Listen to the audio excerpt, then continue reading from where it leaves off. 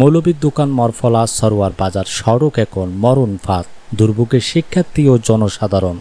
চট্টগ্রামের সাতখানিয়ার গুরুত্বপূর্ণ মৌলভীর দোকান মরফলা সরোয়ার বাজার সড়কটি দীর্ঘদিন সংস্কার না হওয়ায় চরম বেহাল অবস্থায় পৌঁছেছে।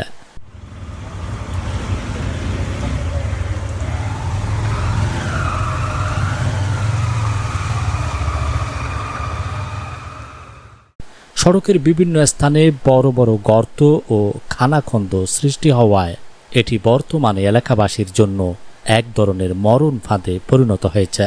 সামান্য বৃষ্টিতেই রাস্তা জুড়ে পানি জমে ছোটখাটো জলাবদ্ধতার সৃষ্টি হয়, ফলে যানবাহন চলাচল হয়ে পড়ে অত্যন্ত ঝুঁকিপূর্ণ। এই সড়ক দিয়ে প্রতিদিন শত শত স্কুল, কলেজ ও মাদ্রাসার শিক্ষার্থীসহ স্থানীয় ব্যবসায়ী ও সাধারণ মানুষ যাতায়াত করেন। তবে সড়কের দুরবস্থার কারণে সবচেয়ে বেশি ভোগান্তিতে পড়ছে শিক্ষার্থীরা।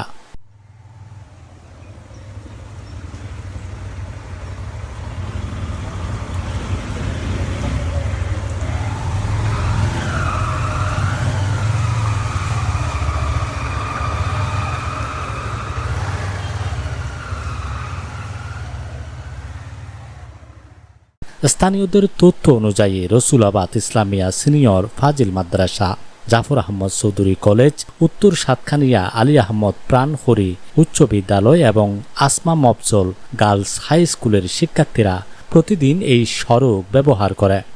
বৃষ্টির সময় গর্তগুলো পানির নিচে তলিয়ে যাওয়ায় দুর্ঘটনার ঝুঁকি আরও বেড়ে যায়। অনেক ক্ষেত্রে রিকশা, সিএনজি ও অন্যান্য যানবাহন চলাচলের সময় ভারসাম্য হারানোর পরিস্থিতির সৃষ্টি হয়। নোংরা পানিতে শিক্ষার্থীদের পোশাক নষ্ট হওয়ার পাশাপাশি নির্ধারিত সময়ে শিক্ষা প্রতিষ্ঠানে পৌঁছানোও কঠিন হয়ে পড়ে।